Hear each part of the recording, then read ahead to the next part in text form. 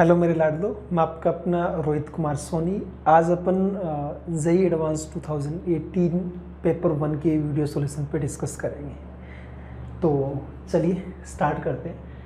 पहला क्वेश्चन आपको दिया हुआ है, for a non zero complex number Z at argument of Z denote the principal argument with -π से +π, है ना। इनके बीच में वैल्यूज रहेंगे तो वो प्रिंसिपल आर्गुमेंट काउंट करेंगे। Then which of the following statement is false. यार ये क्वेश्चन स्टार्ट करने से पहले मैं एक चीज़ बता देना चाहता हूँ बेटा, आपको ये चीज़ ध्यान में रखना ही पड़ेगा। मतलब यहाँ पे अपन को फॉल्स वाले ही पे टिक मारने हैं।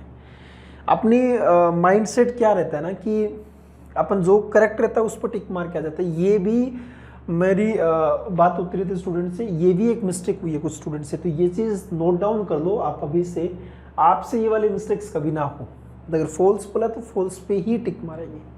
चलिए पहला वो क्या दिया हुआ है आपको, ए ऑप्शन में क्या दिया हुआ है ना, आर्गूमेंट ऑफ -1 माइनस आयोटा, इसका फाइंड आउट करना है। तो यार ये तो सिंपल थर्ड क्वाड्रेंट के अंदर आ गया है ना। थर्ड क्वाड्रेंट में कोई पॉइंट है -1, -1 है ना, उस पॉइंट का आर्गूमेंट मतलब ओरिजिन से ज्वाइन किया और ये वाला जो एंगल है ये फाइंड आउट करना है। ठीक है, तो निकाल सकते हो आराम से। कैसे निकालते हैं, यहां पे एंगल होता है फर्स्ट क्वाड्रेंट में थीटा, इसमें कितना होता है पाई माइनस थीटा, इसमें कितना होता है थीटा माइनस पाई होता है, और इसमें कितना होता है माइनस थीटा। और थीटा क्या होता है बेटा, थीटा होता है tan inverse mode y upon mode x। मतलब अगर मैं z इज इक्वल टू बोल दूं x प्लस आयोटा y है कोई, तो x y का वैल्यू पॉजिटिव नेगेटिव कुछ भी हो तो ये यूज़ करते हैं अपन।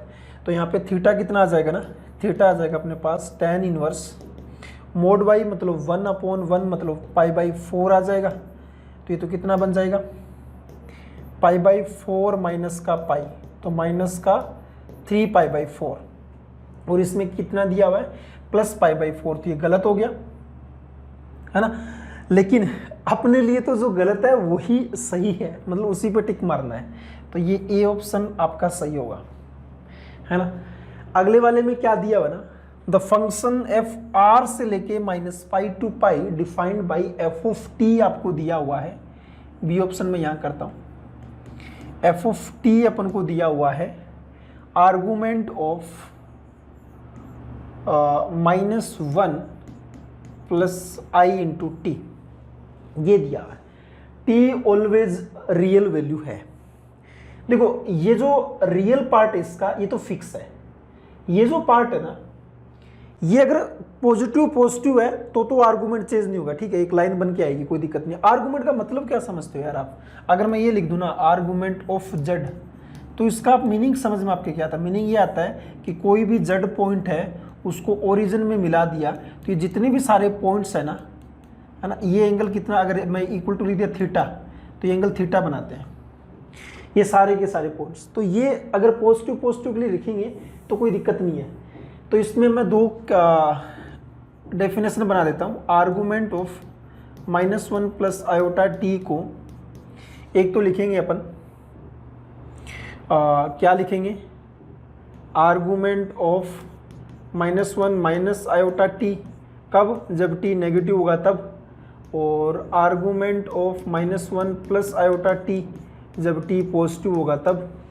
ये दो कंडीशन बना दी। तो इस केस में तो क्या है ना, दोनों नेगेटिव है तो थर्ड क्वाड्रेंट में आएगा तो थीटा माइनस पाई लिखेंगे अपन। तो इसके लिए तो कितना आ जाएगा ना, यहाँ अगर अपन सिंप्लीफाई करें तो इसके लिए तो कितना आ गया, argument of -1 plus iota t is equal to theta कितना होगा, tan इनवर्स टी होगा, tan इनवर्स टी क्या हो जाएगा ना, tan इनवर्स टी माइनस का पाई जब टी आपका लेस देन 0 होगा तब। और इसके लिए कितना हो जाएगा ना, ये कौन से क्वाड्रेंट में आएगा, क्योंकि टी पॉजिटिव है और ये आपका अगर नेगेटिव है। अच्छा यहाँ पे ना यही रहने दो यार, प्लस रहने दो, क्योंकि टी नेगेटिव फिर पॉजिटिव बन जाएगा, ऐसे सही है अब आपका। अगर टी पॉजिटिव है तो ये नेगेटिव ये पॉजिटिव, तो मतलब सेकंड क्वाड्रेंट में आएगा। सेकंड में क्या है पाई माइनस थीटा, तो ये पाई माइनस थीटा कितना आ जाएगा, tan इनवर्स टी आ जाएगा। है ना, और t ग्रेटर देन और इक्वल टू 0। अब ये बोला हुआ कि ये सारी वैल्यूज पे कॉन्टिन्यूस है, सारी वैल्यूज पे कॉन्टिन्यूस है तो t इक्वल टू 0 पे भी कॉन्टिन्यूस होना चाहिए, है ना। तो मैं अगर चेक करूँ एट t इक्वल टू 0, है ना, तो अपन t इक्वल टू 0 पे डेफिनेशन चेंज हो रही है, तो LHL भी चेक करेंगे। तो t tends to 0 minus, 0 minus पे क्या आएगा ना, माइनस पाई आ जाएगा। और limit t tends to 0 plus पे अगर चेक करेंगे तो 0 प्लस पे क्या आ जाएगा ना, पाई आ जाएगा। इसका मतलब लिमिट एग्जिस्ट नहीं कर रहा है तो फंक्शन कॉन्टिन्यूस हो ही नहीं पाएगा। फंक्शन कॉन्टिन्यूस नहीं हो पाएगा मतलब फंक्शन डिसकॉन्टिन्यूस है। तो ये वाला स्टेटमेंट क्या है आपका, बोल रहा है कॉन्टिन्यूस है, तो ये गलत स्टेटमेंट है। तो अपने लिए तो सही है ना, क्योंकि फॉल्स ही चेक करना है अपन को, तो बी वाला भी सही हो जाएगा, मतलब उस पर टिक मार देंगे अपन, कहने का मतलब। अगला सी वाला क्या दिया, for any two non zero complex number Z1 Z2, ये तो एक प्रॉपर्टी दिया बेटा, ये तो प्रॉपर्टी अपन यूज करते हैं कि argument of Z1 by Z2 is equal to क्या लिखते हैं अपन, argument of Z1 minus argument of Z2 plus का एक 2k पाई और लिख देते हैं, प्लस का एक 2k पाई। अब ये क्यों ऐड करते हैं वो थोड़ा मैं और बता देता हूँ बस आपको। जैसे ये कोई एंगल अगर मैं बोलूँ कि थीटा है ना, ऐसे डायरेक्शन में, अब अगर इसमें इसको घुमा के ऐसे बोल दिया तो इसको मैं 2 पाई प्लस थीटा भी बोल सकता हूँ। तो 2k पाई आप ऐड कर सकते हो, और k बिलोंग्स टू क्या होता है ना, इंटीजर। अब ये जो अपन को ऑप्शन दिया था ना, इसमें इसने क्या गेम खेला ना, इसने इन सारे टर्म को इधर शिफ्ट कर दिया। मतलब आर्गुमेंट ऑफ सी के लिए बात कर रहा हूं, argument of Z1 by Z2 minus argument of Z1 plus argument of Z2 is equal to कितना है, 2k पाई है। तो इसने ये लैंग्वेज में बोला कि ये पाई का इवन टाइप्स मल्टीपल आएगा। किस टाइप से बोला language, C option, for any two non zero complex number Z1 Z2 this is an integer multiple of 2 pi. सही तो है, तो ये आपका अच्छा सही है, तो उसको टिक नहीं मारेंगे, है ना, क्योंकि फॉल्स चेक करना था, तो ये अपने लिए काम का नहीं। चलो, for any 3 given distinct complex number Z1 Z2 and Z3 the locus of the point Z satisfying the condition this. यार ये कंडीशन है ना, बहुत सारे बच्चे इतनी बड़ी कंडीशंस को देख के कंफ्यूज हो गए होंगे। जब भी इस टाइप से मल्टीपल में रखा रहे ना, अलग अलग कर लिया करो, बड़ा काम देगा आपको। मतलब इसको लिखा क्या हुआ है, Z minus Z1 Z minus Z3, ये ऐसे लिखा हुआ था, ये ऐसे लिखा हुआ था, argument Z minus Z1 Z minus Z3। मैंने इस पे ब्रैकेट बनाया एक अलग से, और दूसरे वाले पे और बना दिया, Z2 माइनस 2 3 2 1 2 3 2 1, ये चीज दिया हुआ था, ये चीज दिया हुआ था, है ना। और ये इक्वल टू पाई भी दे रखा है, इक्वल टू क्या दिया हुआ है, पाई भी दिया हुआ है। Lies on a straight line, ये चेक करना है कि स्ट्रेट लाइन पे लाई कर रहा या नहीं है, तो इक्वल टू पाई भी दिया हुआ है। अब ना एक प्रॉपर्टी तो आपको मालूम होनी चाहिए, इस पूरे कॉम्प्लेक्स नंबर को मैं Z1 बोलूं, इस मतलब आप Z1 में से दे रखा है, इस पूरे को एक कॉम्प्लेक्स नंबर A बोलूं, इस पूरे को B बोलूं, तो मल्टीपल लिखा हुआ है। आर्गुमेंट की जितनी प्रॉपर्टी अपन लोक वाली प्रॉपर्टी की तरह यूज करते हैं, तो इसको मैं ऐसे लिख सकता हूं ना, argument of Z minus Z1 Z minus Z3 plus argument of Z2 minus Z3 और Z2 माइनस Z1, दोनों का सम कितना आ रहा है, पाई आ रहा है। तो यार ये तो साफ साफ पता आपको लग गया होगा कि, लेकिन इसमें बोला क्या हुआ ना, for any 3 given distinct complex number Z1 Z2 locus of the point Z satisfying this.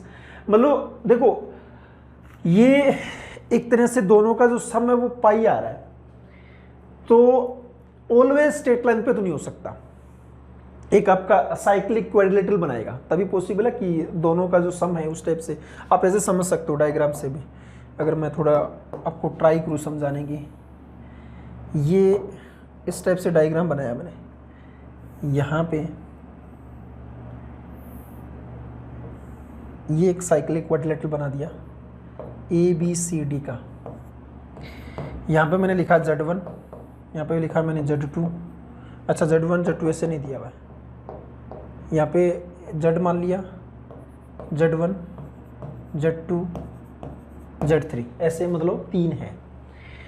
अब है ना, पहला तो ये चीज आपको लिखना आना चाहिए, Z माइनस Z1 का मतलब क्या होता है। एक वेक्टर होता है, एरो किसकी तरफ लगाते हैं, पहले वाली की तरफ लगाते हैं। तो Z माइनस Z1 एरो ये लगेगा, ये वेक्टर आ गया। नीचे वाला है Z माइनस Z3,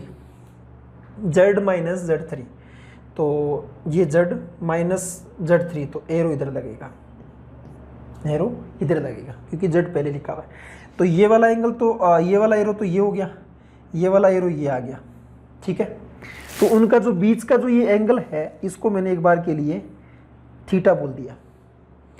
अब ध्यान से सुनना मेरा बात, इसको बाय रोटेशन थ्योरम से अपन क्या बोलेंगे, नीचे वाला होता है इनिशियल वेक्टर, ऊपर वाला होता है फाइनल वेक्टर। इनिशियल वेक्टर कौन सा, Z माइनस Z3, ये इनिशियल वेक्टर है। इनिशियल से फाइनल जाएंगे अपन, इनिशियल से फाइनल गए, डायरेक्शन कौन सी है, डायरेक्शन एंटी क्लॉकवाइज है ना। ऑलवेज यही करते हैं, एंटी क्लॉकवाइज है तो उसको प्लस काउंट करेंगे, क्लॉकवाइज को माइनस काउंट करते हैं।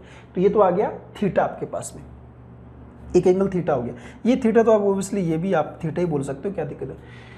दूसरे वाले पे बात करें, argument of Z2 minus Z3, Z2 और Z3 को देख लो। पहले Z2 लिखा है तो एरो उसकी तरफ लग जाएगा।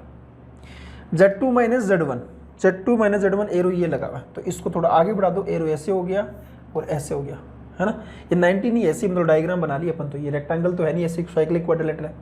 तो इस एंगल को अभी मैंने क्या बोल दो आप, थीटा है तो फाई बोल दो इसको, ये फाई बोल दो। लेकिन किसकी तरफ जा रहा है, नीचे इनिशियल कौन सा, Z2 माइनस Z1, ये आपका इनिशियल है। इनिशियल से फाइनल ऐसे एरो बनेगा, इनिशियल से फाइनल, ये भी कौन सी है, एंटी क्लॉकवाइज डायरेक्शन है। तो ये आपका फाई एंगल होगा पॉजिटिव का, ये भी फाई होगा। अब इसने इन दोनों का सम दे रखा था, थीटा प्लस फाई आपको पाई, तो ये तभी पॉसिबल है जब साइक्लिक क्वाड्रिलेटरल में होगा। तो स्ट्रेट लाइन तो हो नहीं सकता, तो डी ऑप्शन आपके लिए गलत हो गया। लेकिन गलत हो गया तो उसको काउंट करेंगे, तो इसका A B D final answers आ जाएंगे। A B and D 3 के 3 फाइनल आंसर में काउंट कर देंगे। चलो अगले वाले पे चलते हैं।